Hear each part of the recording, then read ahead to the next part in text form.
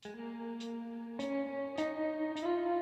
Prestige is Christopher Nolan's deeply interwoven film about two rival stage magicians played by Hugh Jackman and Christian Bale.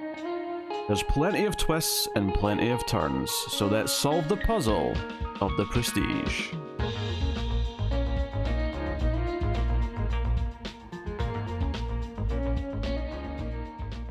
Welcome everyone to the Collector's Cut. I am Peter, and joining me as always is David. Are you watching closely? Very good. This is a movie podcast. We are working our way through Christopher Nolan films, all of his non-science fiction and non-Batman movies. Why are you making a face at me? Well, this one is tagged as science fiction. I noticed that as I was scrolling. No, there is a slight science fiction element to this, but given that we were doing a Christopher Nolan season, I elected to include it on this show as opposed to leaving it for some point on the Atomic Cinema Experiment, which is a science fiction movie podcast that I do with Tara. Go check it out. But, so we've done most of Nolan's films at this point. This is the second last episode we're doing on him. And this was the film that came out This came out 1 year after Batman Begins, which he's never had a turnaround that quick ever again. No. So how he managed that, I'm not entirely sure, but that's how it came out.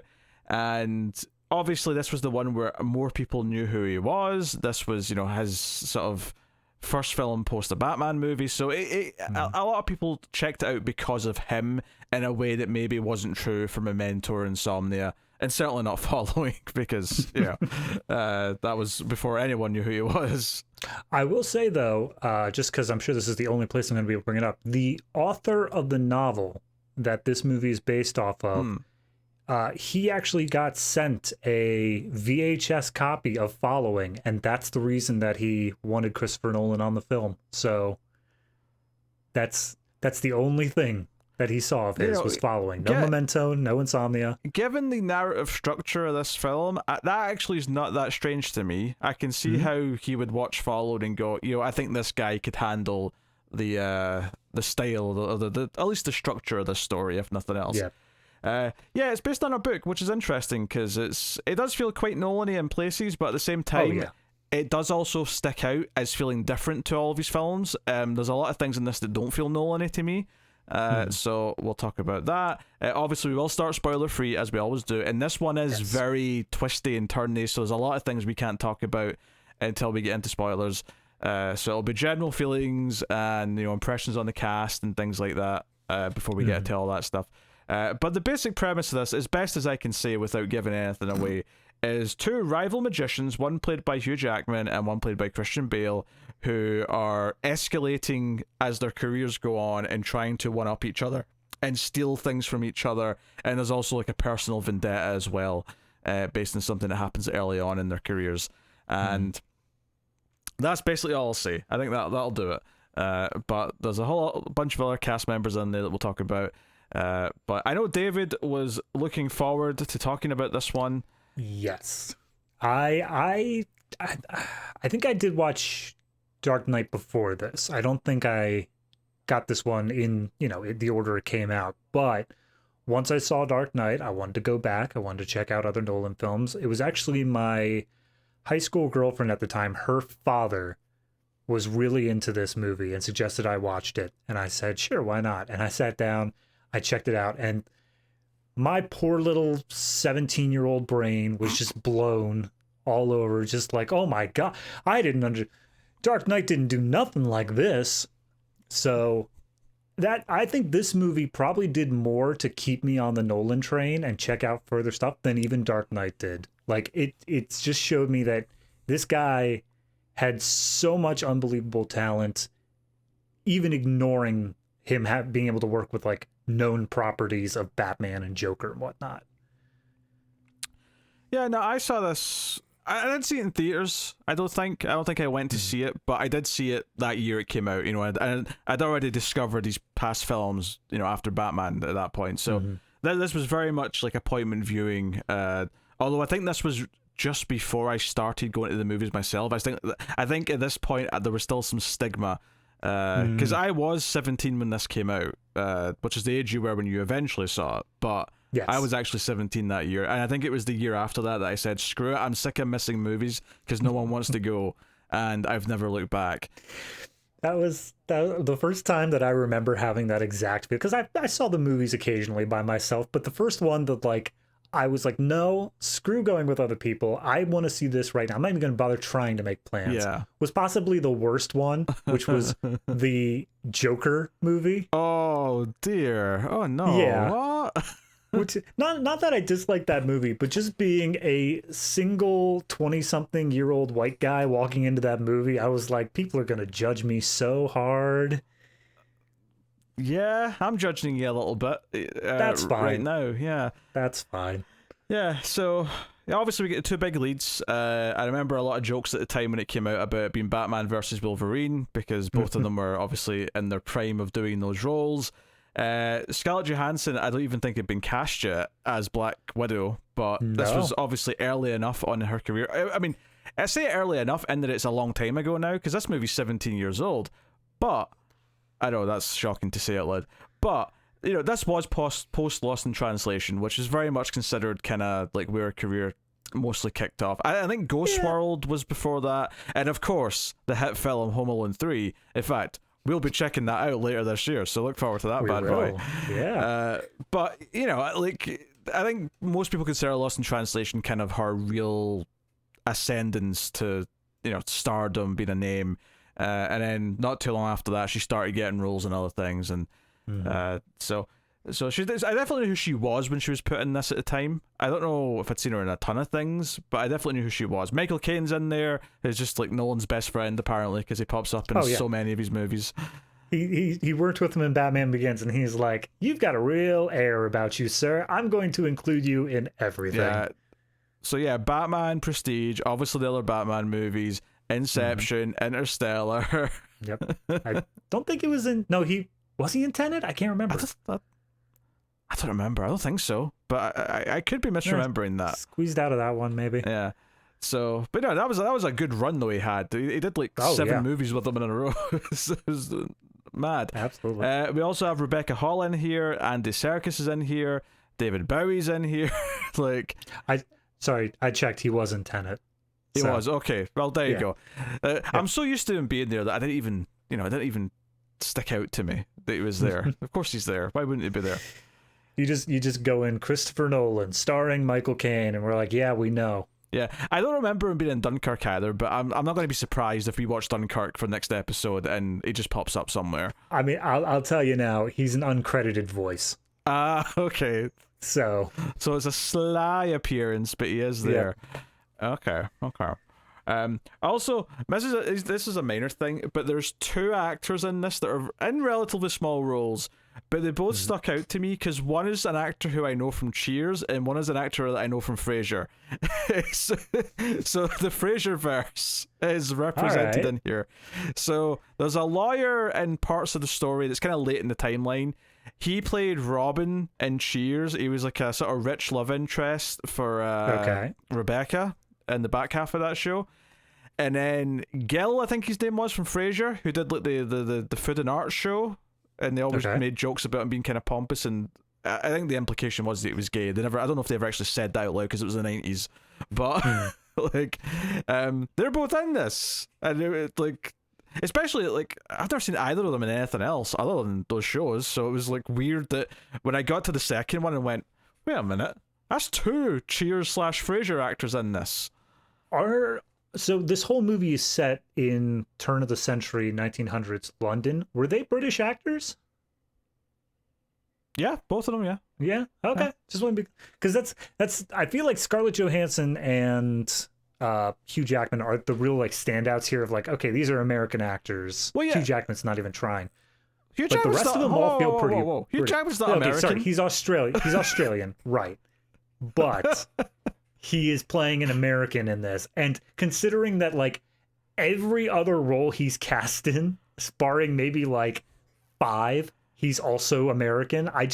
He's become American. He's just naturalized. Okay, now. Sure, but I don't think he put him in the same camp as Scarlett, because Scarlett's doing an English accent. She's pretending to be where the rest of the movie's set, fair. Whereas he isn't. He's pretending to be a foreigner, so he feels like he's just you know, again, it's his usual American accent that he does with Yeah, you know, it's Wolverine. Yeah, that's all it is. He's Wolverine. Yes.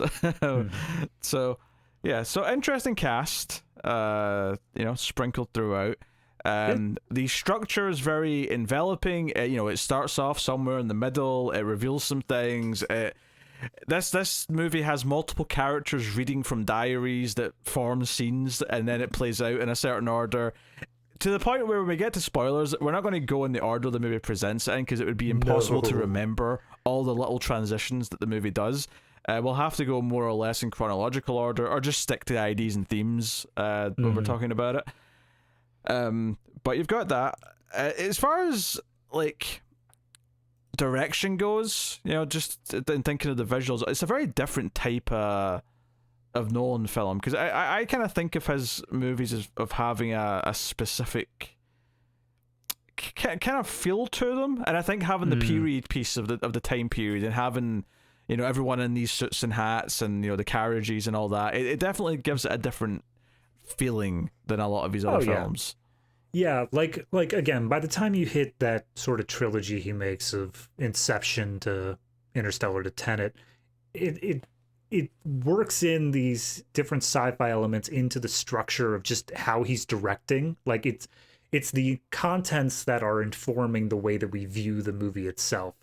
And this one, I mean, ostensibly it's about these, rival magicians. So there's some amount of illusion being the content, being the way that you view the movie, is how much of things are true, how much of things are trickery, stuff like that. But I feel like you're saying, in that the period piece kind of informs that a bit more. You get this idea of this, I mean, it's just London. It's just London in the 1900s. And you feel this idea of they're in this bustling city, and they're both just trying to make it the whole time. They're trying to make it and become these big magician names in performing.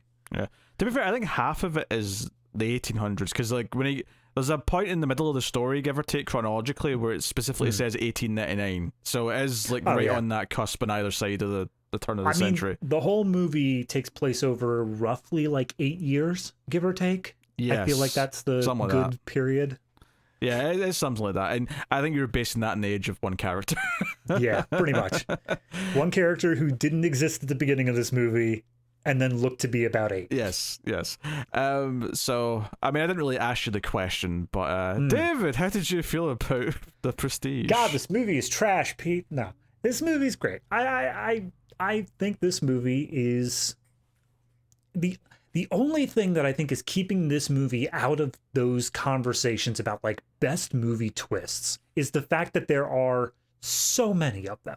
There isn't just one thing that you can point to in this movie and be like, that was a fantastic twist. There's like 7 of them. And I think they all are done magnificently over the course of this movie, because they're not even saved for the end. Some of these twists are revealed in like the end of the first act, and they're just keep going and going. I think this movie is fantastic. It's setting up your expectations and then just completely flipping them, and not in a negative way. It's a great sort of focal piece into like what Christopher Nolan is going to become in him messing with the structure, but not in a way that, is Memento levels, but in a way that it's in the context of the story. Like how characters are discovering information is also in this sort of messed up way as well. So yeah, I mean, I like it. What more do I need to say about that? I mean, the movie literally opens with Michael Caine defining like the stages of a trick, and the third one is The Prestige, which is what the title of the movie obviously is named after. And it says, he describes, you show the audience something ordinary, and then you turn it into something that's not ordinary, and then you bring it back round for the prestige, right? Yeah. The pledge, the turn, the prestige. The opening scene is telling you we're going to trick you, where we're intentionally going to set you up and subvert things. That's what it's doing. So how do I feel about The Prestige? Well, I like it. It is a very good film. But something that I will say that might shock people is that outside of the one film that I don't actively like, this is probably my least favorite Nolan movie. That's fair. I'm not. I know this isn't for everybody. I completely understand that. You say that, but I see online all the time. There is definitely a camp of people who stick up for Prestige as his best movie. And I always sort of go, oh, that's interesting, and then just sort of move on with my life. Right? Yeah. I don't get angry about it, but I just kind of like, oh, okay, whatever. All right, well, if I have to represent that camp today and just yell you down the entire time, I'll do it. Like, no, it's very good. Like, it's obviously very intricate. It's doing a lot of things. Like, I think one of like the point you just made about how having so many twists, and that's maybe how it's not remembered for having a great twist in that sense, is like, I do think that's somewhat true, and I think it almost, like, having so many, by the end they sort of lost the effect to me a little bit, where it's just kind of like, okay, like, yeah, okay, here's the next twist, okay, when are you going to do it again? Like, you know, you stop sort of like having my trust. Like, it's almost like the audience in some of the scenes that they show where they're not that impressed with the classic magic tricks anymore. I'm like, you've already tricked me, so I'm not. I'm waiting to be impressed again. And I do think ultimately what the movie reveals in its final, 10-15 minutes, like, I think all that stuff is really good. It's thematic. Yeah. It all links back into stuff that's set up right at the start of the film. Like, all of that stuff is interesting. I think obviously today we're going to talk a lot about the characters, their motivations, what they're willing and not willing to do, and all those things. That's all good. But I do think that this being based on a book, that the screenplay is by the Nolan brothers, right? It is by both of them, and you can definitely feel how it fits into, like, how Nolan likes to tell stories and how he's having fun with the narrative structure. I would love to read the original novel just to see how it is structured. But I do feel that difference to me in this one, and for some people, obviously, that's a positive where they like this more.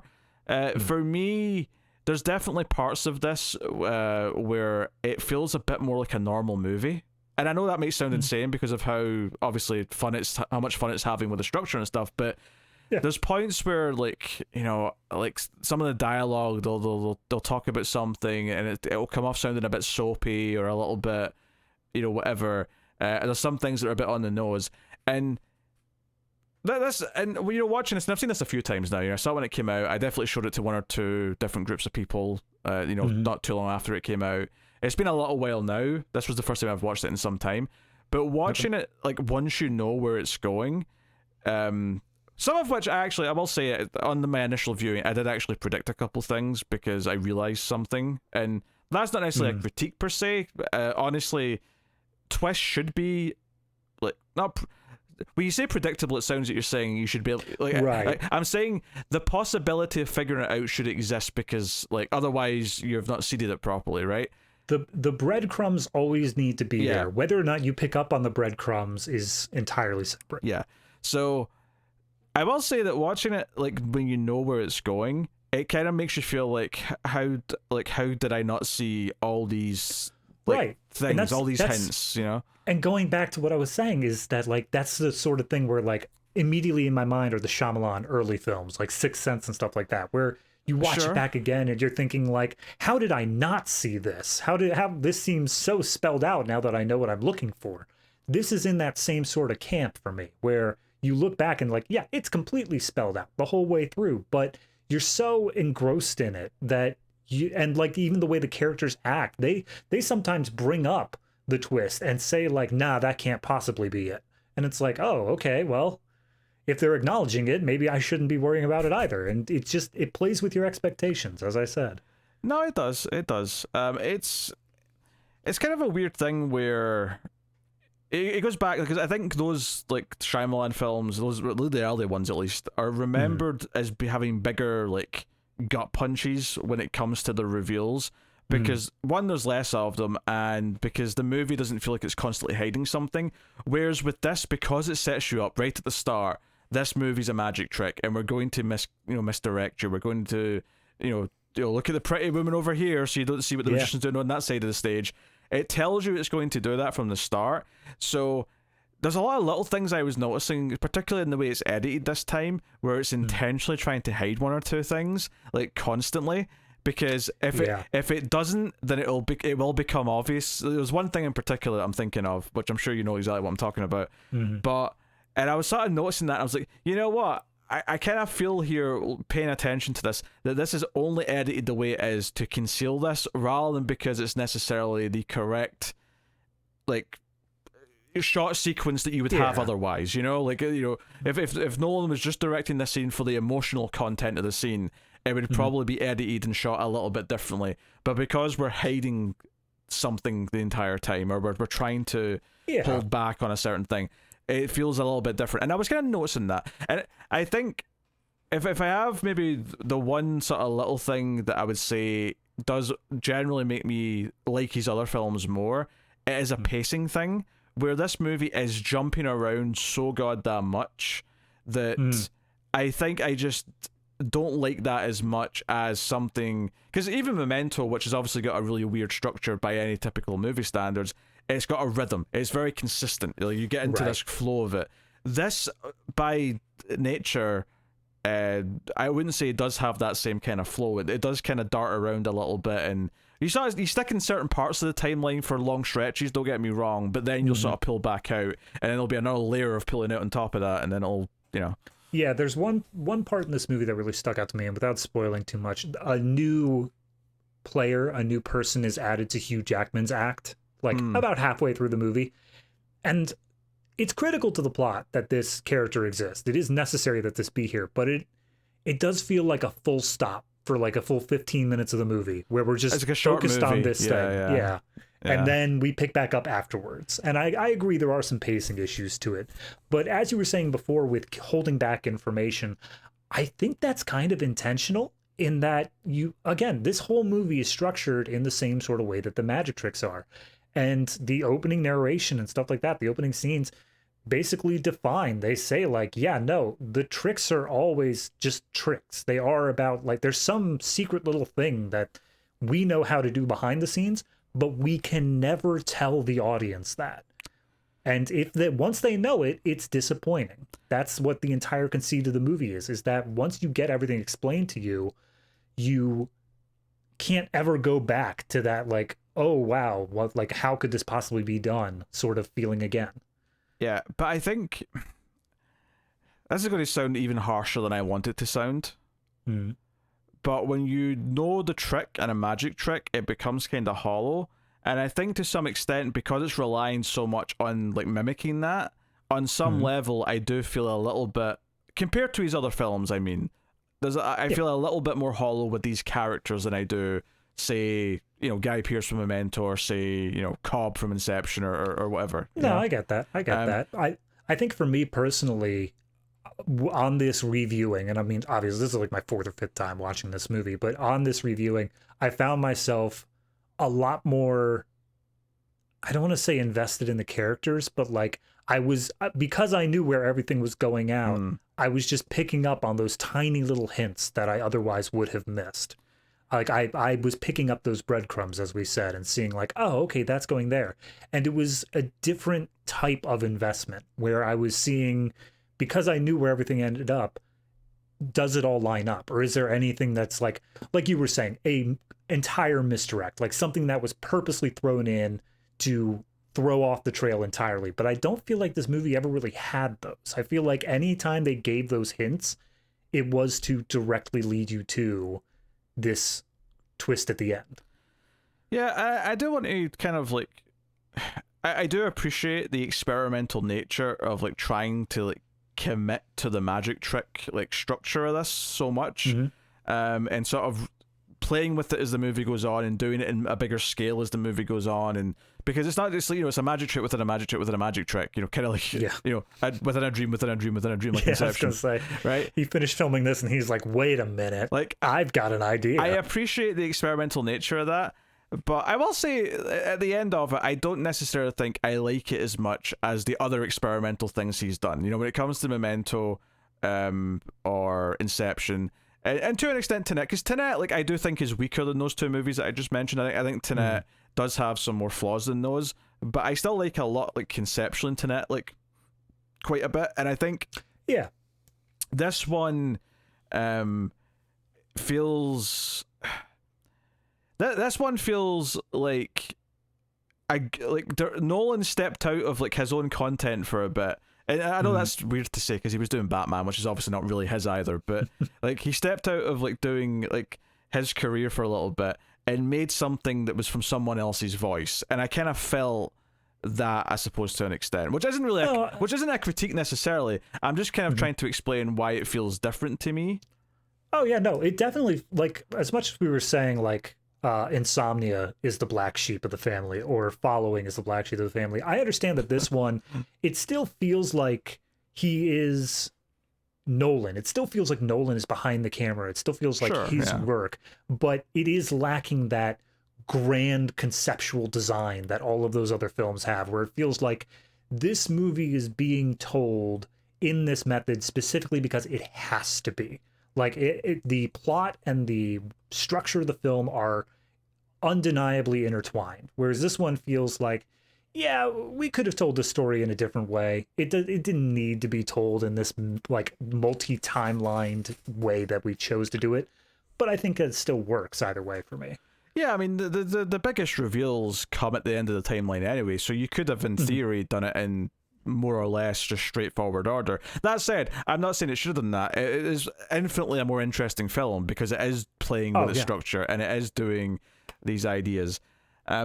It's an interesting one for me because, like, I've seen it kind of swell in, like, sort of cult popularity amongst film nerds, you know, since it came out. And like I say, I see a lot of people say it's their favorite Nolan movie, and for whatever reason, it's always just kind of like made me go, huh, interesting. Just because, like, I've always kind of felt like it is the least Nolan of his movies in a lot of ways. Even to an extent versus Insomnia, which I do like a bit more than this one, which I think for most people that's insane. I realize I am in the minority on that statement. Most people prefer Prestige to Insomnia. They absolutely do. Right. But I connect with the character story in that more than I do this. I do think there's some interesting character dynamics by the time we get to the end of this, but it takes a long time to get to that point because, like, the characters are so shrouded in layers of mystery. So you're playing more with the mystery puzzle box of a movie for a long time before you're getting to kind of the brass tacks of who the characters really are.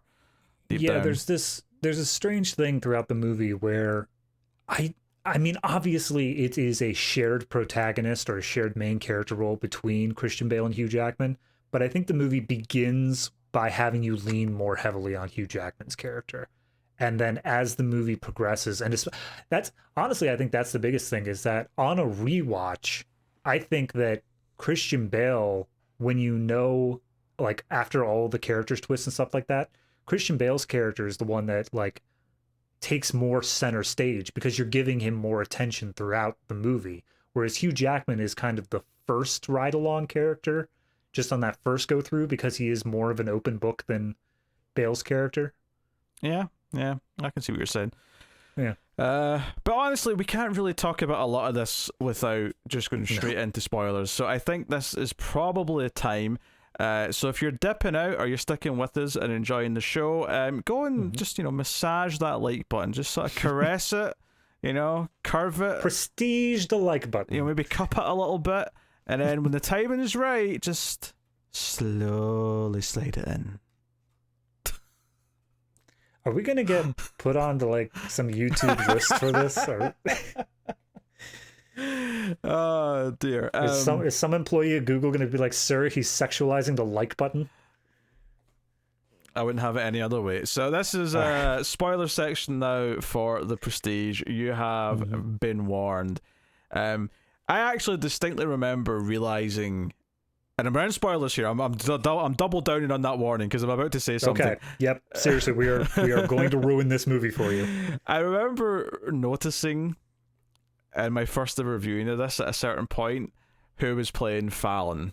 Like I recognized who it was at a certain point. Okay. And that definitely changed things up. And I remember showing it to other people, and I remember one other person noticing as well and sort of saying, wait, I think that's, And sure enough, that plays into the big twist with Christian Bale's character at the end. Yeah, I don't think I noticed. Not, at least not on the first go around. But at the same time, it's intentional because Fallon's a weird case where he is a quote unquote main character. He is named. He is around for the entirety of the story, and yet you're never really given a good look at him the whole way through. Honestly, that was what I was talking about earlier, where the direction almost feels incorrect. Obviously, I understand why these choices are being made, But see if you're looking for it, knowing that it's Christian Bale in makeup the entire time, you'll notice that they always, like, you see him for a second and then the camera will cut back to the other Christian Bale, and they will not give you they're not going to give you a chance to focus on it. It's not until just before they're going to start revealing it where they give you a little bit more of a chance, you know? Yeah, and his first line is spoken maybe 5 minutes before the end of the movie. Absolutely. And they kind of spell it out. Like, I think most people probably get it with the bouncing the ball at him, because they set that up earlier, you know, when he's doing the trick where he, you know, teleports. Yeah. That is, I think for a lot of people that's when it clicks, and then the actual explanation of, no, there's two of them. Like, the whole time there were twin brothers the entire time. Yep. That was a trick, and it's seeded throughout the whole movie. You know, there's that bit early on in their career near the start where Michael Caine sends them to, like, this Chinese magician. He's like, hey, if any of you can tell me how he does that fishbowl trick, you know, like, you'll get a raise or something like that. And they're watching this old man who's struggling to walk, and he somehow makes a fishbowl with, you know, filled with water, and a fish appear, you know, from under his legs. And it's Christian Bale's character who says, this struggling to walk is an act. This is something he puts on all the time. Him outside the theater is the act still. Yeah. And that right there is telling you this is his life. He, like, the entire life is an act, so that at some point he can do this trick where no one knows there's two of them. And they maintain. And I think one of the things that's the most fun about this movie is the fact that when you get to the end, everything that was said or shown at the start applies to everything that was happening at the end. Right. So Michael Caine, when Christian Bale starts doing his trick where he seems to be teleporting across the stage and coming out the other door, Michael Caine's like, it's a double, there's two of them. And he's right. Yeah. I mean, obviously he never said brother, but he was right. Yeah, he says it's a brother. But then immediately afterwards, I think it's Scarlett Johansson's character chimes. I was like, no, it's the same guy. They were like, he went in with a finger injury and he came out with a finger injury. And it's like, well, that's true too. Yes, but they show us later on how that came to be. He cuts off his fingers of his brother so they have matching hands. Just to maintain, which I did read a trivia bit, and I read it after the movie was done. I want to go back and check it again to see if it's true. But apparently one of the brothers has a, you know, Jason Momoa style eyebrow scar where it's just like hairless, and the other one doesn't. And I noticed the scar every once in a while, but I didn't notice if it was consistent. So I'm wondering if that is actually a difference to be able to tell between the two. Yeah, and they set up well, the other thing relates to the trick that obviously Hugh Jackman's doing, which is, you know, it's literally the killing the bird in the cage, and then there's a duplicate who's like the one who's supposedly been brought back, right? That's effectively exactly what he's doing at the end. He's killing clones of himself, and or is he killing himself and the clones continuing? That's a big question that we can talk about later. That was the first point where I feel like Nolan was like, wait a minute, guys, I can make an entire career out of metaphysics. Just give me a minute.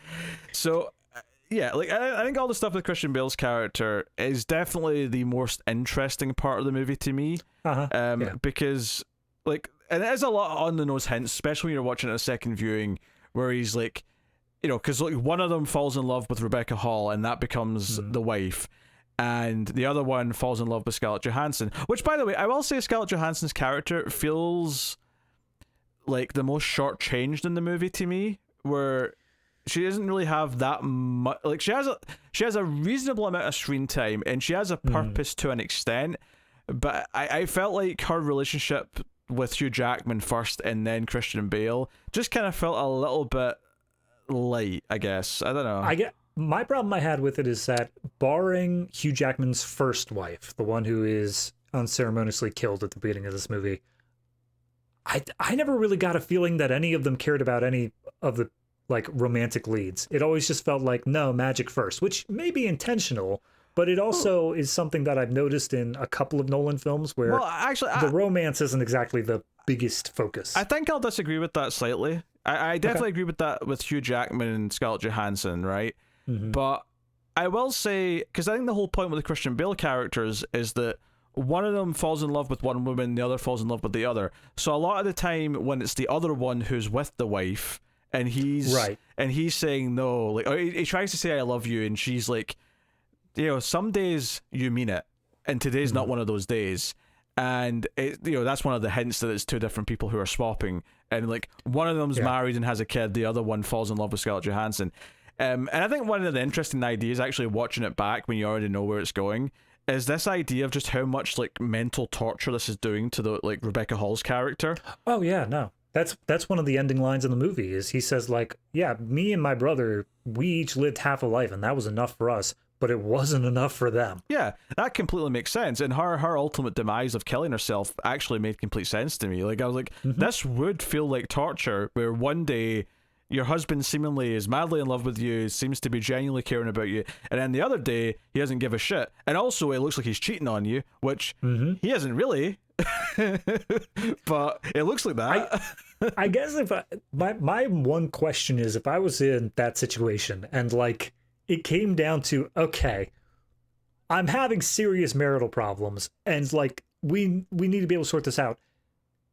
Maybe just have the one who loves her stay in the Christian Bale slot for like 2 weeks entirely, rather than switching out after every show. I feel like that would be the obvious solution there for at least a Band-Aid.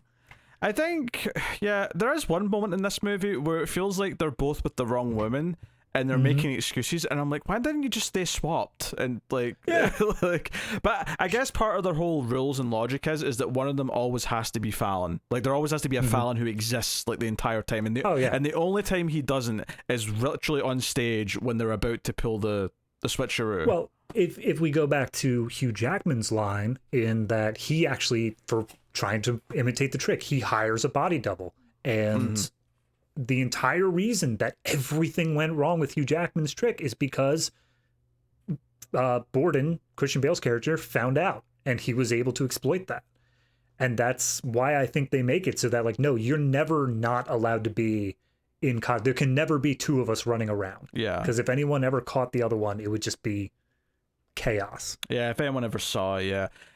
Yeah, so I do appreciate that, like, side of it where it's like, because I think Christian Bale's characters really like I feel like they feel quite unsympathetic early on, but I do think it's important that by the end of the movie, obviously he has one of them anyway has the happier ending, right? Because Michael Caine even helps him get his daughter back from the evil now Hugh Jackman, who's basically like fake. Well, it's not really faking his death, but you know what I mean. I was going to say, it's trying to explain it without everything else behind it. It's like, look, just clones. There you go. Right. That's all you need. But the point is that he's basically taking Christian Bale's daughter out of spite, right?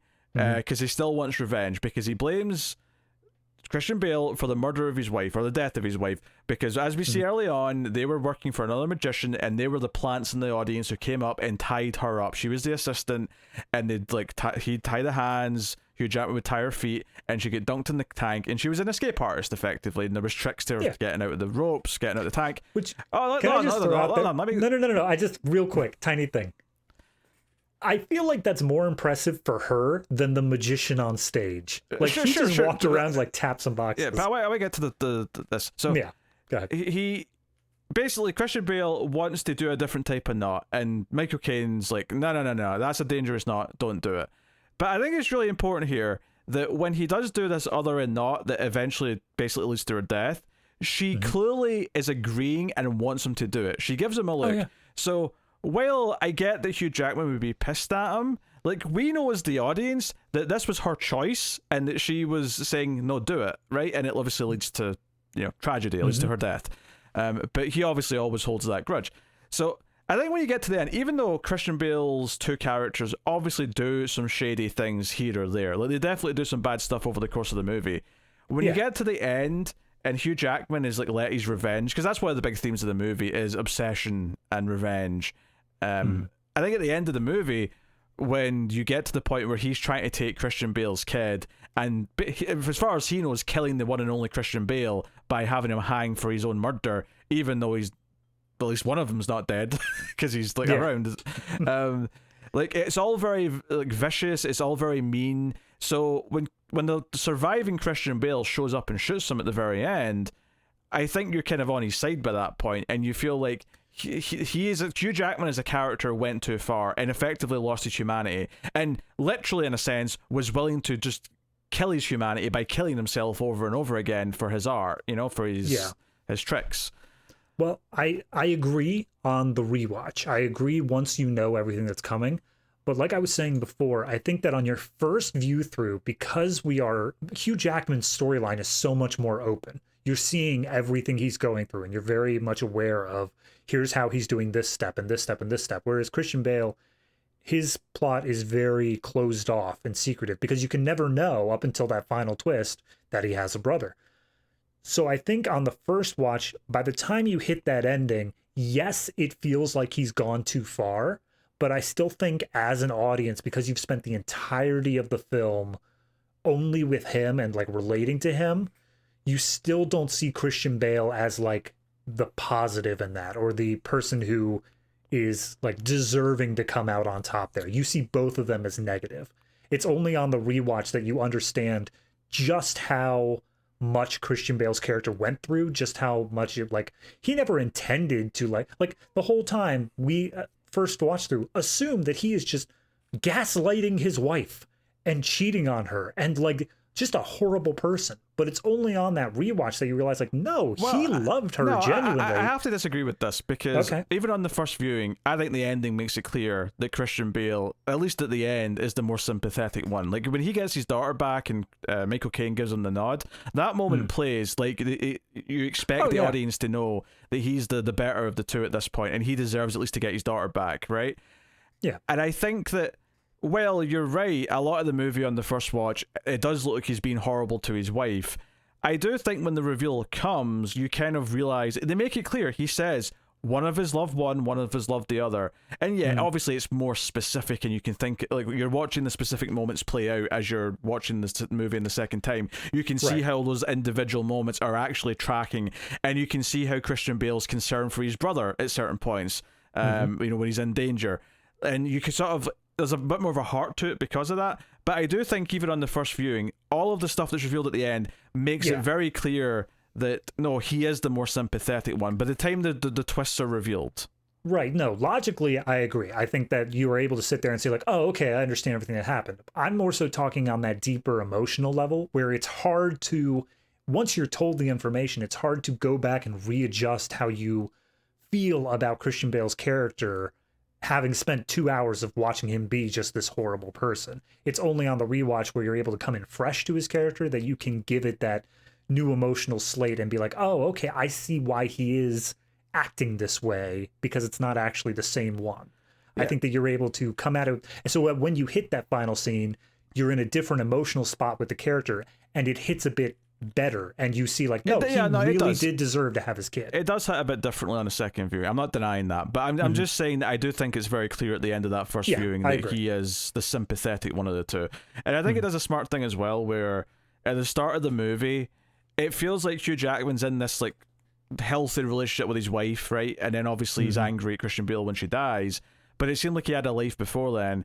And then it goes on to show you Christian Bale meeting his new girlfriend, Rebecca Hall, and sort of like that relationship blossoms. And it seems quite healthy at face value until obviously some elements later on start to feel a bit weird.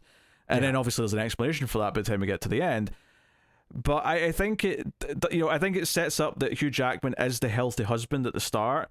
And then you're sort of almost like caught off guard when you realize how far he's willing to go. And there's a great line actually that I didn't remember. I know which one you're about to say. Yeah, there's a great line in the middle that I'd forgotten about, where he's talking to Scarlett Johansson, and she's giving him the diary, which is actually what he's reading from in his like half of the narration stuff for a lot of the movie.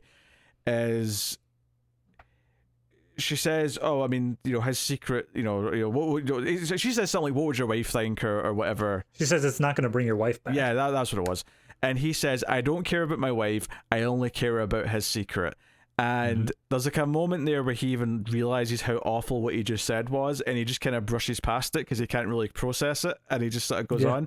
But that's kind of like his like tragedy arc of the movie, is that he becomes solely about obsession. He becomes solely about, doing what he can. And there's a great thing that when they're faking the teleporting with the body double, where you can tell immediately that he is seething, that he's not up on stage taking the bow, that he's down below hiding and bowing to no one. Well, they specifically, they pop the champagne in the scene immediately afterwards. And the very first thing out of Hugh Jackman's mouth is, how do we get me to be the one up on stage? Like, yeah, the trick's fine, great, cool, glad it worked. But which is actually one of the things that I like about the ending reveal with Christian Bale, is that he specifically says, because Hugh Jackman actually says, as he's dying there with the gunshot wound, he's like, well, which one of you was like taking the bows on stage? And Bale says, we took turns. And immediately, despite how effed up the whole swapping and not telling their loved ones that there's two of them, which feels like that would have solved a lot of the things, and clearly he's still too committed to the act all the time thing. That's still unhealthy, don't get me wrong. The fact that they shared it equally and it was this genuine 50-50 where they took turns taking the glory actually made them come across a lot more sweet in a weird way, because it wasn't about hogging it from each other. It was like, no, we're in this equally and we will share this completely, and neither one of us gets more out of it than the other one. It made me kind of wish that this reveal was slightly earlier, just so we could have like a few scenes of them talking to each other in like dialogue, because I want to see how they interact where one of them isn't forced to stay completely silent the whole time. There's definitely some scenes where, especially when Christian Bale, the one who dies, so I'll say the easiest way to differentiate them is there's the one with the wife and there's the one that's not got the wife, the one that's with Scarlett Johansson. So one with wife, one with mistress, I guess. But the one who's going to die, the mistress one, is in prison and he's talking to Fallon. And the way he's talking to him, like it makes way more sense when you know they've been swapping and they're sharing the same thing. He's like, oh, you can live now for both of us. Look after her. Like all the lines that come out of his mouth all like take on a very specific meaning. And like clearly, these are all about, hey, you get to be me all the time now. Like you're just completely one person who's whole, and. So that makes a lot of sense based on once you know where it's going. But it does come across a lot, I don't want to say healthy, because there is the unhealthy part about lying to everyone else still, which does obviously it leads to a person's suicide. So it's not like they come out of this squeaky clean. There's definitely a point in this movie where I'm like, would it be so bad if just your wife knew? Yeah. Well, I think what this movie does is that it shows the characters basically swap places, where we introduce Hugh Jackman's character. He's married, and he's in the whole magic thing, but he's always kind of like, it's fun. I'm having a fun time with it. It's just a job sort of thing. Whereas immediately Christian Bale's character is all in. He's like, no, at this point, he's already doing the act. He's already, one of them is Fallon and the other one is him, and they're swapping places. So he's already full in the act. But then over the course of the movie, Hugh Jackman loses everything to this obsession of becoming the better magician, of figuring out how Borden does the act. But then Borden he really only ever does the one trick. He's like, no, I've planned out everything to know how to do the transported man. And then he never refines it. He never changes it up or anything like that. It's always just, that was my thing. I did it. I succeeded. And I managed to get married and have a kid. And they just essentially swap places over the course of the movie. The only problem being is that Hugh Jackman's obsession tears down the life that Christian Bale built up. And so he still has to get his comeuppance for that. It's a bit more complex than that, because I do think the being two of them also kind of tears down a bit of the life as well. Yeah. Right? Yeah. And I will say also, he does check it up a little bit when Scarlett Johansson jumps ship and gets involved with one of them.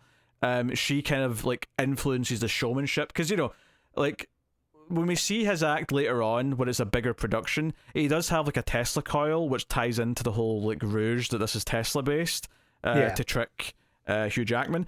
So it does get more fantastical, but obviously the ultimate trick's still the same. He's still doing the same thing. He's still just, one of them's going in one door and the other one's coming out the other door, and it's really, that simple. But it becomes this back and forth where, because Hugh Jackman stole the trick and he's doing it better, and I think one of the things you notice, especially on the second viewing, is that it's only one of the Christian Bales who goes out of their way to try and find out how this new version with the seemingly actual magic is happening. And that's the one that ultimately gets arrested, because it looks like he killed him when the Hugh Jackman is in the tank. So that character, because there's a scene where the other one's saying, I think we're just done. I think he's doing better now, but you know what? We've done what we can out of this. Like, it's time to move on and just live lives and whatever. Like, he's basically saying it's time to wrap up.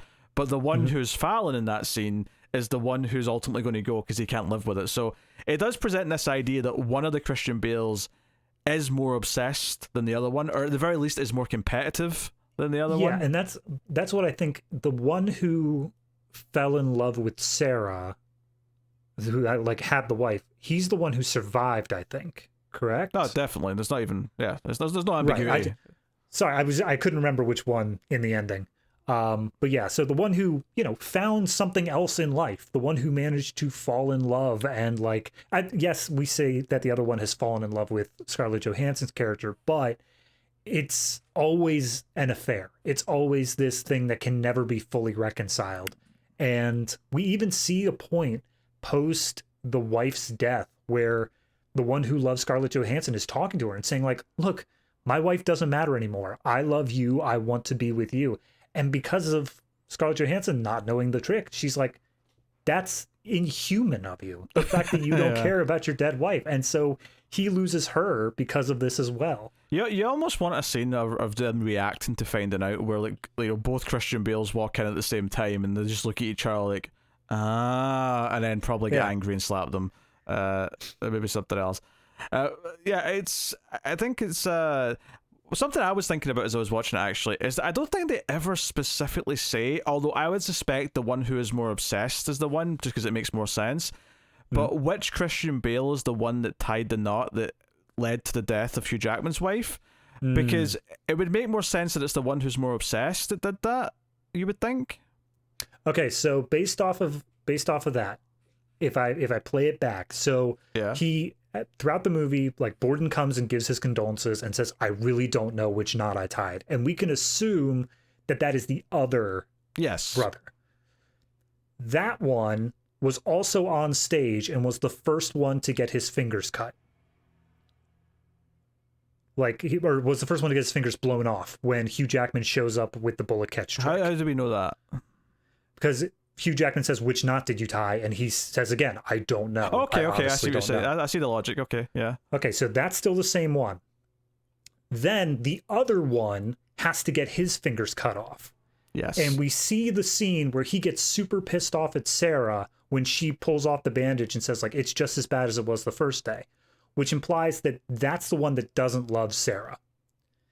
So the one who doesn't love Sarah is the one who got his fingers cut off. Second, meaning that he's the one who fell in love with Scarlett Johansson. So the one who tied the knot was the one who was in love with Scarlett Johansson, which is also the one who ended up going to jail. Which is what I said. The one who, yeah. Okay, you've confirmed that. Okay, fine. Yeah. Right.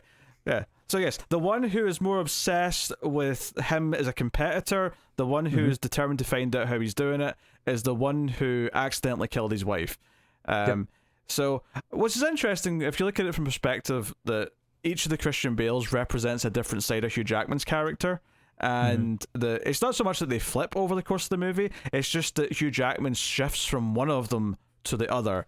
Right. And yeah, so with the death of that side of him, that half of him, that Christian Bale, who is the more obsessed one, who literally says abacadabra as he's being hanged, that just leaves the healthier one. I mean, the healthier one does come for revenge, but at that point, his brother's been taken from him. Yeah. So like, because I mean, that's still the thing, is that his whole thing, his entire show was based off of this transported man. We saw that the rest of his show really wasn't all that impressive, all things considered. Yes, eventually he got some showmanship, but in the end, everyone had already seen all the tricks he was doing. So the transported man was the only thing that gave him that extra edge, and now that his brother's dead, he can't do that anymore. Yeah, that's gone. I think that, obviously you've got that, but I think more importantly than that, though, Hugh Jackman intentionally did this. He intentionally let his brother go to, like, be hanged, even though he could prove that he's still alive and get him off the hook. He intentionally did that. He's intentionally taken his daughter as, like, a trophy, effectively, in a really inhumane way, right? But if you go back to the start of the movie, the wife wanted that knot. As stupid as its decision that might have been, that was her consent to give, and she gave it. And so when you ultimately get to this end, like, his revenge on Hugh Jackman feels way more justified because Hugh Jackman did a lot of stuff intentionally. And is sort of escalated it as time has went on. And not only that, but at this point in the movie, we know that Hugh Jackman is literally killing himself. Yeah. Like, so all of his humanity is out the window. Like, yeah, I wondered why I don't see so many things breaking down Hugh Jackman's character here. It's probably just because throughout the movie, he is still Hugh Jackman. He is still, like, very poised and proper and, like, likable. But he is a complete and total sociopath. And no one ever really talks about that. Yeah, well, that's the thing. They talk about how, like, you have to, like, be able to, you know, be okay with killing a dove, right? To, like, be a magician. You have to be willing to crack a few eggs, if you will. Which it is important to note that, like, about a third in this movie, Hugh Jackman specifically says, no more dead birds. He's like, no, I don't want any more. I don't want to kill these doves. And they have to find a way around that. But then he just backslides immediately. Well, I mean, it's not immediately. He's faced with the situation. Like, you know, he goes on this quest to find Tesla because Tesla, he believes that Tesla gave Christian Bale something for his trick. Obviously, he didn't because it's, you know, it's simple. It's just twins. But he goes looking for Tesla. He runs into Andy Serkis, who works for Tesla, and then, like, he begs him for a device, and Tesla comes up with something which at first looks like it doesn't work because, you know, it turns on, the big sparks happen, the big electricity, you know, thing happens. And the top hat just stays there. And it's like, okay, but if you remember the opening shot of the movie, is literally the very first shot is just all these top hats in the forest. And then at the end, you know, well, not the end, but like later on when he discovers that what's happening here, it's not that it's not failing per se, but instead of like teleporting the top hat, it's cloning the top hat, and the duplicate is landing, like, you know, or the original is landing over there. We'll get into the philosophy in a second here. Let me just break down the simplicity part first. All right. So, about the bit I was getting at is that it's duplicating it about, I don't know, like 30, 40 feet away, something like that. It's a very specific distance that it's. Well, the way the scene was implied, they said Andy Serkis was like, "Oh, I never bothered to check the calibration," so it made me think that you could change the distance. You probably can, but what I'm saying is here it was specifically this because it was this, they were landing in the same place every time, like, you know, exactly every time. Eventually, it's obviously doing it to a cat, where the cat actually makes a noise and runs and starts fighting with the original cat and whatever. So basically, it gives us some of this, right? We see that he's using blind men to like set up his stage and stuff like that, so that no one knows what's really happening. But when you get to the end, and it eventually shows you what happened when he first tested it on himself, is that a duplicate Hugh Jackman appeared and yelled, "Wait, I'm the..." And before he finishes his sentence, the one who's still standing there shoots the other one that appeared, you know, a distance away. And of course the question comes up, and Hugh Jackman even says that, "You have no idea how terrifying it was. Every time I stepped out of that machine, if I was going to be the one getting into the water below and drowning, or if I was the one who was going to be like taking the bow up in the back of the stage, or the back of the, you know, the auditorium." And I mean, from a philosophy sense, he's both. Well, that's honestly how I read it. Is I think both the one who's standing there and the one who appears both feel that they're the right. They both feel that they're the original, right? But I think, on a pure logic sense, surely the one who's still standing there is the original. Meaning the one that's going out of the water, I would say, is technically the original, and the one who appears elsewhere is the duplicate.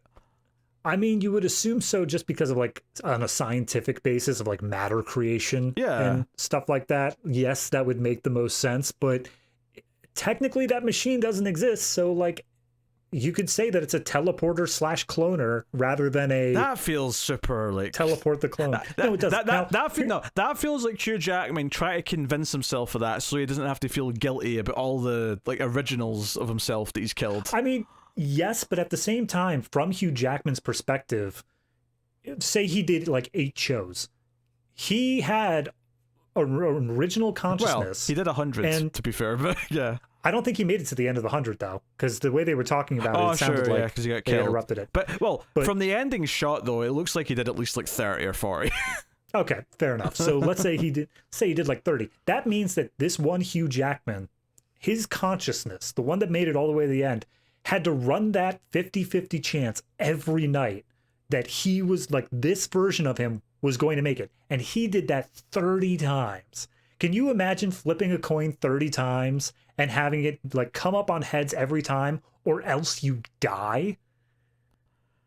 Yeah. Like, that's a horrifying, like he said, it took courage to get in there. Yeah, but I think it did. Yeah, but it's confirmation bias though, because the one that survives, because he still like thinks he is the original because he has the same memories and whatever, is, you know, there's no difference in that sense.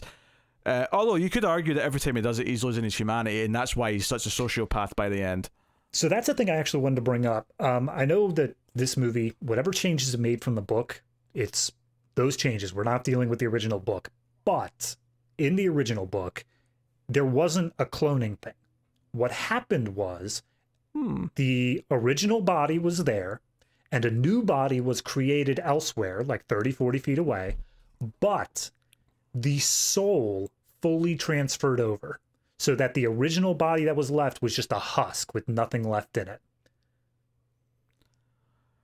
And the end reveal, the big thing that Borden did to mess up the trick, was he interrupted the transfer process halfway through, so that the original body was this frail, sickly, sort of half-alive being, and part of Hugh Jackman's soul was just floating around as a wraith that could barely be made solid. Okay, I'm just going to say it right now. These were all good changes. They were good changes. This all sounds like shit. Yeah. It kind of removes the entire point of it in the end. I feel like the question of which one is real, and to be honest, I come down to what you said to begin with, which is they both equally think they're the right one, and if anything, the one who's appearing further away, it makes more sense that that's the duplicate technically, and this one that it keeps surviving, although technically he's a different one each time, is a confirmation bias of like, well, I survived and I remember those things, so clearly I'm the original one. But that's not really true, because there's another version who fell into the water, also felt like he was the original one, and he died. Yeah. The same way that his wife died over and over again. Which obviously that's like a whole extra weird, like dramatic, like through line to add on to this, is that he's dying the same way his wife did every time. Which I do wonder. Obviously, he has already divorced himself from the idea of his wife. His obsession has pushed him far past that. But I wonder, he specifically says this is 100 shows and stuff like that. And it sounds like at the beginning he picked 100 shows specifically to taunt Borden into showing up. Like he's like, I'm like, if I did this infinitely, yeah, you might not ever show up, or I would never know when you were going to show up. But with 100 shows, he was like, I know you're going to show up sooner rather than later. I know you're eventually going to get here, and then I'm going to spring my trap. And I don't think we ever really covered that the inciting incident of this movie, the very first thing that we see more or less, is that the body falls through into this water tank, and it locks shut in the same way that his wife died. And Borden essentially is framed for his murder because the lock is not a trick padlock that the escape artists would usually use. It was a real one, and they thought that Borden killed him. So yeah, and but obviously they frame it as if like Christian Bale must have changed the lock to kill him, but in actual fact, Hugh Jackman is wanting to kill the original or the clone, depending on your perspective, every single time. So it's always going to look that way. The big thing though is that it's always been a thing where Hugh Jackman then shows up in the balcony after like 10 seconds. He's just like, here I am, I'm alive. But this night when Borden was there to basically get caught, he didn't. Yeah. He just didn't show up. Yeah, effectively faking his death. Although it's a death faking where there's a body to go to the morgue, so you know it's very convincing. It is interesting though that Michael Caine clearly suspects to a certain extent by the end exactly what's happening, because he specifically points out to Hugh Jackman, especially once he realizes he's alive, when he finds out this because we've not even mentioned this, but like, you know, when he's taking like Christian Bale's daughter, he's doing it under a pseudonym. He's like this rich benefactor now, and then we eventually Lord Caldlow. Yeah, we eventually see him, and it's Hugh Jackman. But when Michael Caine meets him and sees that he's still alive, he specifically goes out of his way to say, hey, by the way, like, you know, that sailor who once told me what's drowning was like, I sugarcoated it because your wife died that way. He actually said it was agony and it was a horrible death. And and it was this thing where it's basically, I mean, just to kind of sum up what this is doing, right? Because we've not really said this yet, is that what this is doing, this whole idea that Hugh Jackman is cloning himself and letting one of the two versions of himself die. it's making something, a lot of like movies, stories, science fiction especially, it will take something and make it literal. And what this effectively is that he is basically killing a part of himself for his art every single time. But he's doing it literally. And people always talk about this with artists, like, they give up their lives for the pursuit of their sacrifice. art. Yeah, the sacrifices. It's said over and over, yeah. This is literally doing it, where he's taking away his own humanity every single time he does it. And that's what makes it a good metaphor, effectively, as a writing device. Yeah. So that stuff's solid, but it's interesting that he's making himself less human as he goes by doing that. Whereas Christian Bale's characters, once you realize that it's two different people, they feel more human as a result, because you realize that they've been splitting everything 50-50, and Yeah, I think when it comes to, like, it doesn't even need to be the metaphysical aspect of, like, oh, he's, like, splitting his soul or he's doing whatever like that. I think it's more so just throughout everything that Hugh Jackman has done over the course of this movie, he's just desensitized himself to death in general. He basically sees it as a non-factor now. He doesn't really care about it. Whereas, actually, the entire... On that subject, there's a wild part. This is probably the one thing in the movie that stuck out as like a weird shift to me. But at one point, him and Michael Caine helps him with this. They lure Fallon into a trap where he falls into a coffin, and they nail him into it and then bury him alive. And on this rewatch, that still feels a bit weird to me. Like, that still feels like an absurd jump, especially for Michael Caine to be involved in it. So the only thing that is kind of, worth... I can see them being justified is the fact that this happens immediately after he sabotages the body double that Hugh Jackman has been using. And so maybe that, I'm sure it completely killed their show, more or less, the fact that this random magician just showed up halfway through. Because, to explain to the audience, they had this entire thing set up where Hugh Jackman would go under the stage and then his body double would lift up. Yeah. And then Christian Bale discovered the body double, and then one night he bounds and gags the body double and takes his place. So that way when Hugh falls through the floor, Christian Bale comes up on the other side and he's like, oh, I guess there's too much magic at my stage across the street. Come on down, everybody. He basically has like a little stand-up comedy bit almost to make fun of him. And this is after as well. He also suggests to the body double, which, by the way, they rely on you so much for their show right now that you've got a lot of power. You could ask for more money because they can't afford to let you walk. So maybe you should do that. Which I just want to point out that conversation on its own, because Christian Bale, like, obviously he found the body double, a guy named Root, and he's telling him all this stuff. But Christian Bale directly says to him, like, hey, I had a similar act and I also used a body double. And on the first watch through, you're thinking like, oh, okay, he just knows that it's a body double and he's saying whatever. But like, nah, he's telling the truth, man. He's telling you exactly how he does his trick, and he just says it in front of the whole audience, and they just are just like, oh, that's silly Christian Bale and his lies. Yeah. So what were we getting at before that? We were talking about right. Him becoming more like okay with death as the movie goes on. But then you go to Christian Bale's side of things, and the fact that his brother dies, the fact that one death, a single death, just stops everything, and it's him trying desperately to get out of just that one death from happening. So I really do feel like it is this, it's not a change of character, but it's just showing how these two started off similarly, kind of crossed over at a certain point, but then went in wildly different directions, especially regarding how they view human life, more or less. Yeah, but they're very different in that Christian Bale characters, obviously they're super committed, like, to a fault, and that ripples in a sort of more natural way to the people who are in their lives, where it affects them negatively and ultimately, leads to tragedy in one of their cases.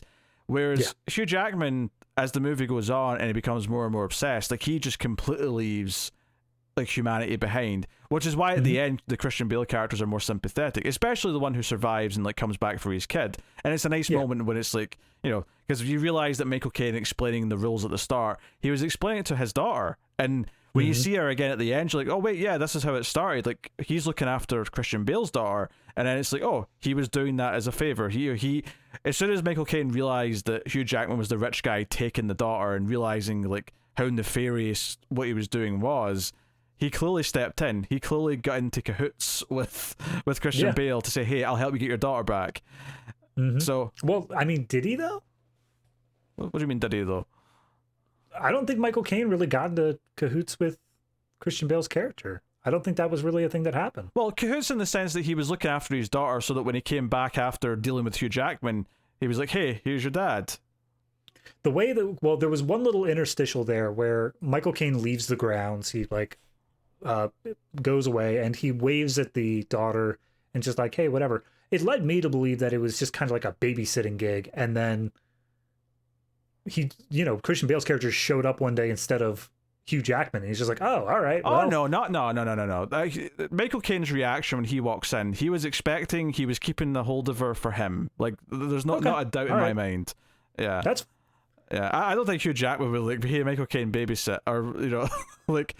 That's fair. I think this was all sort of planned out, and that's probably why Christian Bale knew where to find Hugh Jackman's storage place where all the tanks were, because Michael Caine probably told him. That's fair. I guess they never really did explain how he got to that point. All right, that makes sense to me. No, I think at the end, like he helped get his daughter back for him. I think that was kind of the point of that. I mean, it's very obvious. I mean, Michael Caine basically spells it out. He's not happy with how Hugh Jackman is handled. No, not at all. There's a point here where he has clearly shifted his allegiance to the other one, and and I think he kind of represents the audience to a point in that sense, because I think that's also where we shift our allegiance to Christian Bale's character. Yeah. I mean, Michael Caine's definitely much more the moral center of this film. He spouts off, okay, here's how the magic industry works. He explains it to the audience more or less, saying, oh, yeah, here's the 3 stages of an act, and here's like this illusionist, and like here's what the different pieces mean. But by the time you get to the second and third act, there's one point where when he gets Borden's diary, Hugh Jackman's like, all right, well, he gets the keyword, which is Tesla, because he wrote the whole diary in a cipher. And it says Tesla. He's like, all right, pack your bags, Michael Caine, we're going to America. And Michael Caine's just like, all right, that's on you now, buddy. That's a bit of an obsession, yeah. I think I'll just stay here. Yeah, there's also some fun little moments worth mentioning. There's a scene in the prison where Christian Bale chains the guard to the table, and that's like a funny little bit. And like him fumbling his little magic trick first is actually the distraction, so he can do it. So you feel sorry for him for a moment, and then like all the prisoners start like cheering, and like, basically he's got an audience. He's got an audience who appreciated his magic, which is kind of a nice little moment. I appreciate that. There's just little things sprinkled throughout to sort of because we've obviously been tackling the big stuff. We've been tackling all the big things that really drive the characters. So the one thing that kind of bothers me in this movie, and I don't think it's a plot hole so much as just kind of a contrivance, is that repeatedly, and I mean repeatedly in this movie, the acts are ruined because they are calling up actual random audience members up to the stage, and they just keep on getting into disguises and getting called up onto the stage. I feel like statistically that's just not likely to happen. Am I weird for thinking that? I guess, but I think what works about it is that you have the earlier scenes where obviously Hugh Jackman dresses up and fires the gun in the catching the bullet act, which is where obviously he does put a real bullet in and Christian Bale gets his fingers blown off. I think later on when the Christian Bale who's obsessed goes to try and find out how he's doing the teleporting man, and that's where he ends up getting framed for murder. In that scenario, and he goes up and he's got the fake beard on and stuff, and then he goes backstage and he's like, I'm part of the act, you idiot, to one of the stagehands. Going along with the idea that Hugh Jackman wanted to do this at some point, it makes sense that he was looking for him and intentionally said, pick that guy, as soon as he knew it was going to be him. I'm okay with that one. Yeah. But there was also a third one with the birdcage. And it was on the very first night that they performed this new birdcage routine with the hands on all sides. And Christian Bale's character just happens to be one of the ones that's called up to mess up the trick. And that just felt like a bit too convenient. That's fair. I think that's fair. There's some definitely some contrivances to make all this work. As far as character motivation goes, though, this is retaliation for shooting his fingers off. So this feels motivation wise, I believe it 100%. Oh yeah, like I think, and that's the other thing when you look at it. Like almost every time a Christian Bale does something to Hugh Jackman, it's always after Hugh Jackman did something like, you know, far worse. Like he escalated it every time effectively. But I think the movie does this trick where it feels like it's the other way around for a lot of the movie, but it's not. Well, it's because the very first thing is killing the wife, and you have to question, like, all right, is 2 fingers worth killing the wife? Like, is it even now? And it's in Christian Bale's mind, it's kinda like it's he truly did not mean for that to happen. And as you said before, the wife did agree to it, whether or not Hugh Jackman knows that or not. Well, but he does honestly, feel the wife agreeing to it basically means that there should be no retaliation, really. Yeah, like that's there shouldn't be any. I mean, while I agree, yes, there should be less retaliation. I do think the fact that, you know, they were saying she is also to blame, but Christian Bale does share some of the blame of they said don't do the knot and they still did the knot. No, I think like, that there is some amount of blame. He would feel guilty for sure. Like I'm not like disputing that, but she wanted it too. She gave the okay. She wanted it. So ultimately, there really shouldn't be retaliation. But of course, and this is partly on him because of the swapping 2 brothers and not being able to like actually say something honestly, like almost in doing that and having the one that didn't tie the knot always being the one to actually go. And it actually kind of makes sense in a weird way. The one that tied the knot was too ashamed to be the one to actually go to the funeral. So it was the one who didn't, who went to pay his respects, because clearly, you know, he probably still cared about her and feels guilty about it. But because he couldn't give him a straight answer, that almost just fueled the obsession, which led to the gunshot, the big retaliation, which I think came again. Was the gunshot before or after he saw that he had a wife? Was that? He only attempted to do the bullet catch after he had a wife, because remember there was that whole scene where he was showing Sarah how the bullet catch worked. No, I know that. Oh, you mean how after he saw? Because there's a scene where he sees him with a wife and kid. That must be later because she was only pregnant. Yeah, she was only pregnant, but he had a kid at that point. Yeah, she was only pregnant when he was showing her how the gun trick worked. And of course, the first night he tries it is the night that Hugh Jackman puts in a real bullet.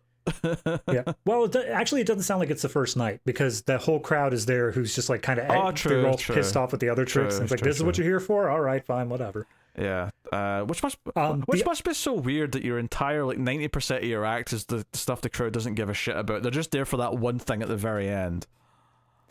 Dude, I've seen audience analytics and stuff like that for the show I do for comic books. No one cares about anything but Batman. Like, I get it. I understand. But no, the other thing that was kind of a weird thing to me, and it's not a plot hole. I've seen it listed as a plot hole sometimes, is the fact that the cipher to Borden's book is Tesla. But he only ever discovers Tesla like several months into it. And so it wouldn't make any sense for the cipher to begin with that. I think that that's completely understandable, considering that this entire diary might be a fake to begin with, like written after the fact. My weird thing in this, and it is a bit of contrivance, is that Tesla is actually able to make the machine that Hugh Jackman was hoping he could. That's the weird part to me. That's probably the biggest convenience, I suppose, as far as plot goes. It's like me saying that, oh, you want to go meet Smith, and you go meet up with Smith, and Smith's like, I can totally do that thing. That's it. It's like, what are the odds here? They do kind of imply, they don't bring it up too much, but there is a little subtext here where they bring up Edison a couple times, and there's an implication that Tesla and Edison effectively have a similar rivalry that are two magicians. Well, that's real life. Yeah. That's something that actually happened. Edison was huge on the smear campaign for Tesla in actual reality. In the context of the movie, though, I think they're intentionally relating it to that, and that's why Tesla's like, oh, this obsession, destroy the machine, it'll just lead to bad things, kind of thing. I think they were intentionally trying to push on. One of the things in the diaries, though, is that we didn't really mention that both. So Hugh Jackman's reading the diary that Christian Bale wrote, and eventually it gets to the end, and Christian Bale is like, hey, you're reading this, Hugh. ha ha ha ha, this was all, I sent you back to America. This was all a fake. Screw you. Yeah.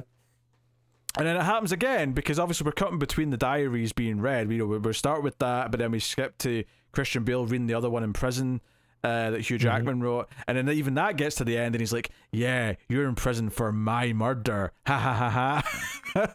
But I really like how Hugh Jackman accepted. He was like, oh, God, he played me. Yeah. It's obvious.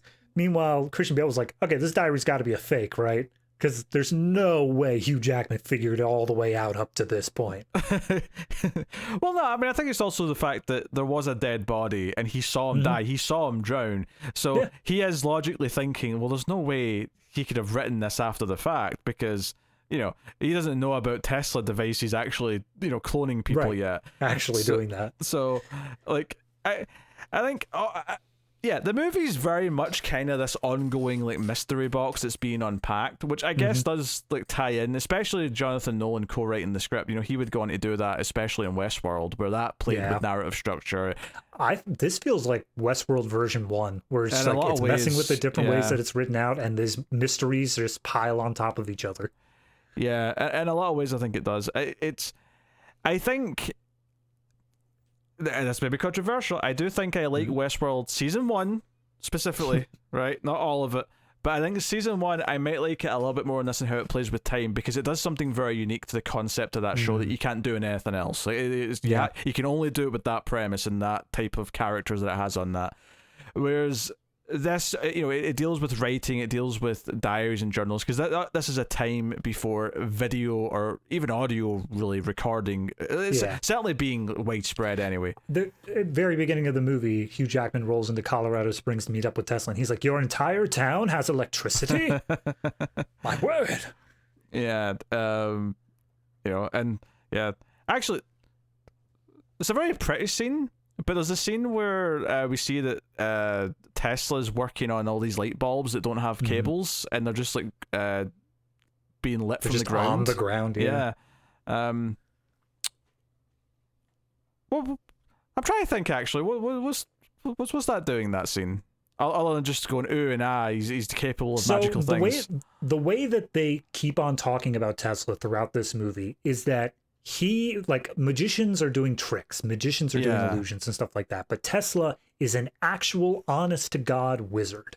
He is able to do things that defy reality. And obviously there's always scientific explanations, theoretically, because God knows cloning is not a thing along with teleportation, but regardless, they treat it as if it's all just science, but every one of the characters says like, no, what, like, this... We've always been doing tricks and stuff like that.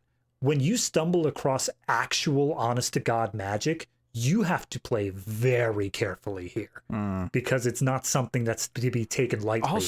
And I think that's when we get into Hugh Jackman's plot. He takes this real magic and he just goes crazy with it. Yeah. He doesn't listen to warnings. And I get why they call it magic. I get why you're using the word magic, but obviously it's actually just science fiction rather than magic. But this is where that tag comes back in. Also, Tesla's introduction is him walking like underneath the Tesla coil. So he walks through the lightning effectively, and it's actually a very absurd looking shot that almost felt a bit hokey for a Nolan movie. I feel like they just wanted the big reveal that that's David Bowie.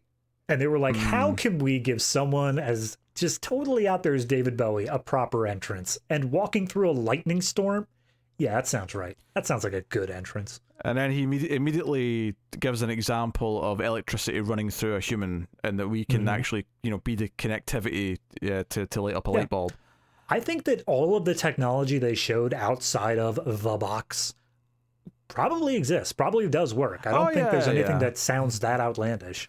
No, I don't think it does. I mean, if anything, the only thing that struck me is like over the top for movie purposes is like literally every time we see like a big Tesla coil, like just how much is coming off of it, especially when he goes to like the museum to like see the display, and it looks like the place is about to explode and people start running out because it's that like volatile looking. That is a tiny little hint they gave, though, is that the guy who's sitting in the front row kind of like just like heckling it all, and he's like, oh, everybody get out, it's gonna explode. he's also one of the guys who's Edison's men from the later scene. Oh, really? That's good thought. So he was an audience plant the whole time, just more so putting up those parallels. That's funny. And obviously Christian Bale also just happens to be sitting there watching, which ties into the lie, I suppose, later on as well, that his stuff came from Tesla. It also feeds into a little bit of that classic idea of like if you go back and show a caveman something with electricity, it will look like just magic, right? Yeah. It's the idea that magic is just science that we don't yet understand, and to people in this time period when electricity is just this new thing, a lot of it probably does feel kind of magical. Obviously to us, and 2023, not so much. We kind of we have a basic understanding and acceptance of what it is. Not a complete understanding. I'm not an electrician, but enough of an understanding. My downstairs bathroom fan was never actually wired up to the switch, so it just remains on all the time. And I was like, how hard could it be? So I just popped off the little light cover. I looked inside, and there were like 70 different wires there. And I was like, all right, this is a job for someone smarter than I. I'm not gonna mess with that. Yeah, so I think there's an element of that in it as well, which is almost mixing that idea with the whole it's a trick, and it's a trick, but you don't really want to like ruin it, so you're not really looking. That's kind of the final point that it makes at the end, is you're not looking for the dark truth, and the dark truth at the end obviously is all these dead Hugh Jackmans and all these tanks from every time he's done this trick. Which, like, I get it, I understand you don't want evidence of your like dead bodies just out there, but I also don't think that storing them all is a good solution either. No. And maybe he had like a long-term plan. He was going to like incinerate the whole place in one fell swoop. I mean, he did, technically. True. Yeah. Whole place catches on fire, so. Yeah, but that's before all the tanks are just sitting there at the end, isn't it? I mean, yeah, but if the whole place is going to go up, it's about to be incinerated. So yeah, true. I think this idea of like not only just like him killing part of himself every single time, in a figurative way, if you're not even taking it literally, which you could still take it literally in a sense, is like also literally, very literally in this case, a lot of skeletons in a closet. Like, that's basically what he has at the end. Yeah, exactly. One thing we didn't mention, which I think is kind of a major character point, is he goes to Christian Bale's first putting on of the transporting man, and he's in awe. He has no idea how it's done. He's just absolutely gobsmacked by it. But he points out that like it's so above and beyond what anyone is capable of doing that nobody really is able to process it. Like the rest of the audience is just politely clapping because they're like, okay, that's it. They don't understand how amazing of a trick it is in the industry. Yeah. And I think it goes back to that sort of idea of like, you have to put on this show. You have to dress it up a little bit. And that's where Hugh Jackman comes in. He's like, that's all I am literally the greatest showman. I will do that.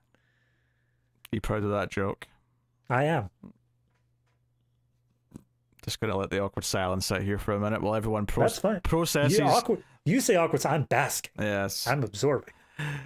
Yeah, it's also because at the end of the movie as well, when he's dying, he's talking to Christian Bale and he says, like that wonder on their face, right after, if you can capture that, if you can see that on their faces, that's intoxicating. It's interesting you pointed out that that's the look he had in his face when he saw Christian Bale do his trick for the first time, using these twin. And I think that's interesting that he was chasing that on other people's faces, and he effectively got to the point where he cheated. And then it turned out the entire time Michael Caine was right. It was just a second person, just in a way that was more specific, and like the commitment was like unparalleled from the get go. So I also like how up until that point in the movie, he constantly has acts and stuff. He's trying to get theater bookings and whatnot, but he's always trying to come up with new tricks. The one that we see is the dove thing where he doesn't just kill the dove, he actually manages to get it out of the collapsible box without anybody noticing. But it's as soon as that trick is revealed, he never develops another trick. There is nothing else worth investigating for him. It is all just about that transporting man. Yep. What he calls the new transporting man when he has his. Yeah.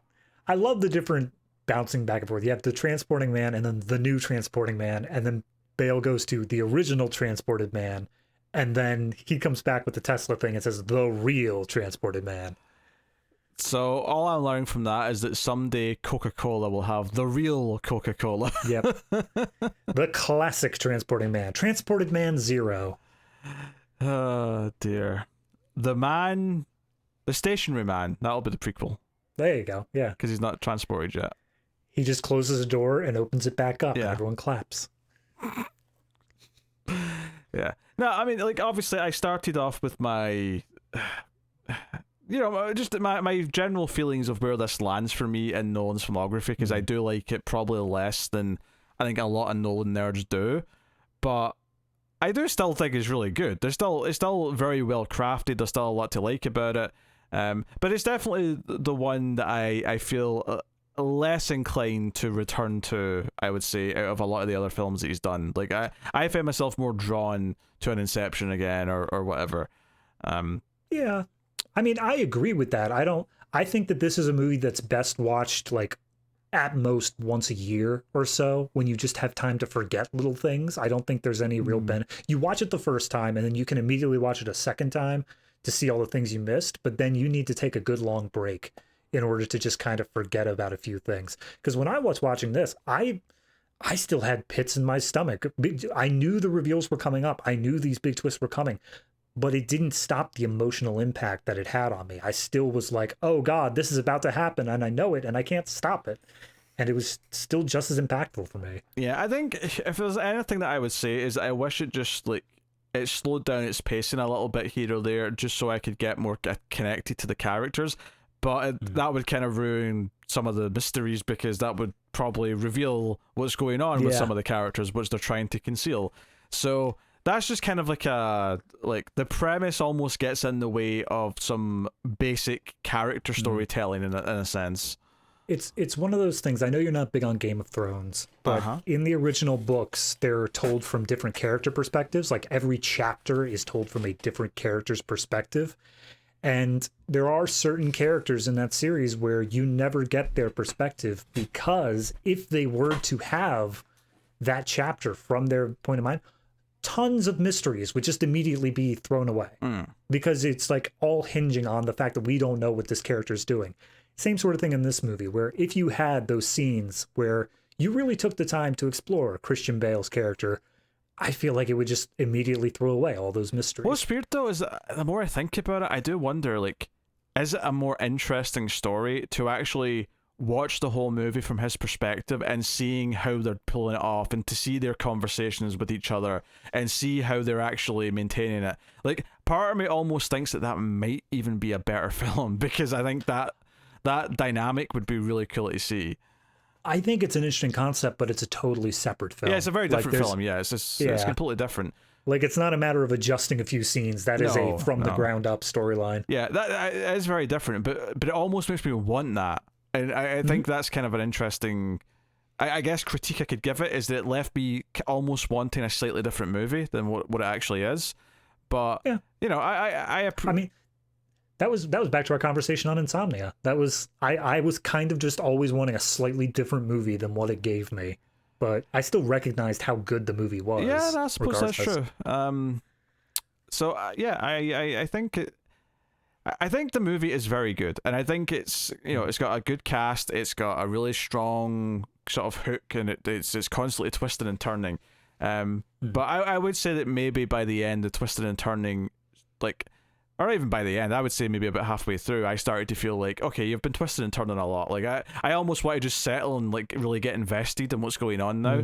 And it almost is being too concealing and too twisty and turning to let me actually do that. So I do wish it did that a little bit more. But it is very good. It does have a good cast. It does have a really inventive and fun narrative structure. But yeah, not without its faults. I mean, yeah, I agree with everything that you basically just said. It's just that I come down a bit more on, if I had to rank Nolan movies, this would probably be third, maybe fourth, all things considered. Sure. I really enjoy this one completely. So it's I agree with everything you're saying. It just hits more for me, I guess. Yeah, that's fair. That said, though, when I was saying that I see people online say it's the best one, I'm sure I've seen people say it's the only good Nolan movie, which obviously is a very extreme movie. That is a strong. That's a strong line. Yeah, it's a very extreme opinion to have, but I think that just helps prove my point, though, that it's different, because if there's a group of people saying that it's the only one they like, then that by definition is saying it is a bit different, at least to the rest of them, which just kind of backs off why I feel a little differently towards this one than I do the rest, even though I do appreciate a lot of it anyway. Yeah. So I mean, how many times can we say that Nolan has a black sheep in his filmography in like different ways? Well, you keep saying, I've not said it once, but you love returning to that phrase for some reason, which I think once you have 3 of them, it basically has no meaning, because you can only really have one. All right, so this is like the mildly off white sheep. Still pretty good. Oh dear. Anyway, are we getting into ratings? We are getting into ratings. I know that like the comments might be volatile for this one, because I came in with a slightly more. And you deserve it. How dare you? I came in with a slightly less than like glowing praise for it. So, but hey, just wait till Dunkirk, okay? Then you'll see me being conflicted on a Nolan movie, all right? That's next week. That's what we're doing next. I still like this a lot, but also I think when I first saw it, there was part of me was like, I bet Dark Knight would be a year sooner if this didn't happen. I think I thought that. Whereas I never had that thought with Inception. Inception was so freaking good that I didn't care that Dark Knight Rises was taking an extra couple of years. I was like, yes, this is cinema, baby. Right? You pulled a Scorsese, huh? This is cinema. All right, what are you rating The Prestige out of 10? All right, I've been sitting on it, and we so far, not counting Oppenheimer because we don't know quite because of filming times where we lie on that, but so far we've lined up on every Nolan film that we've talked about. Oh, really? We've shared a rating, but this is going to be the one that I think breaks it, because I'm going to go ahead and give this one a 9. I really enjoy this movie. I think it was very well done. It's up there in some of, like I said, it's either 3rd or 4th for me. And honestly, I don't think I'd put Memento above it. I think that this is on par or slightly above Memento, all things considered. So I'm giving this one still the same score of a 9, but I'm invested. I really like the characters. I really like the storylines. Following the different twists for me is entertaining rather than a chore. I'm all in for it. So yeah, 9 for me. I prefer Memento. I prefer Following. I prefer Insomnia. I prefer all those movies over this one. That's fair. I connect to those characters and whatever their arcs are more, and some of them even play with similar ideas of like, you know, unreliable like narration or storytelling and things like that. I think, you know, I think it just about scrapes an 8 for me. Like I think it just gets there and probably just no more. Like, but like I think it still gets to the 8 because the quality is still very high. It's not, there's nothing.